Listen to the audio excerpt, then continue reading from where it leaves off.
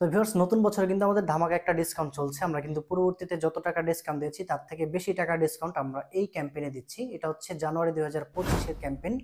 এই ক্যাম্পেইনে আমরা দিচ্ছি সর্বোচ্চ 2200 টাকা পর্যন্ত ডিসকাউন্ট, যেটা আমরা পূর্ববর্তী কোনো ক্যাম্পেইনে দেইনি।